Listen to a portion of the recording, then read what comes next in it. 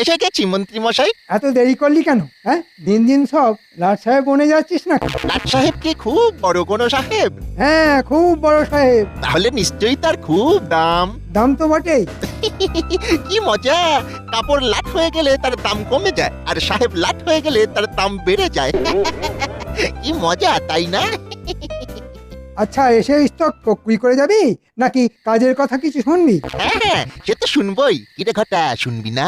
হ্যাঁ হ্যাঁ হ্যাঁ, শুনবই তো। এবারে কাজটা কিন্তু খুব কঠিন, আচ্ছা, আজ অব্দি কোন সোজা কাজটা আপনি আমাদের দিয়েছেন শুনি? কিন্তু এই কাজটা আগের সব কাজের থেকে আলাদা। করতে পারলে কিন্তু মোটা বকশিস পাবি। এ তো আপনি বরাবরই বললেন, কিন্তু কাজ হয়ে গেলে আমাদের কপালে জোটে লবডঙ্কা। হ্যাঁ, না না, এবারে আর সেসব কিছু হবে না। কাজ করবি, হাতে হাতে পয়সা পাবি। ঠিক আছে, বলুন বলুন কি করতে হবে বলুন। বাবা, এ তো খুব ঝঞ্ঝাটের কাজ। ঝঞ্ঝাট তো বটেই, তবে কষ্ট না করলে কে আর কেষ্ট পায় বল। যা যা, বাজে কথা না বাড়িয়ে আজ রাতের মধ্যে এই কাজটা সেরে ফেল দেখি।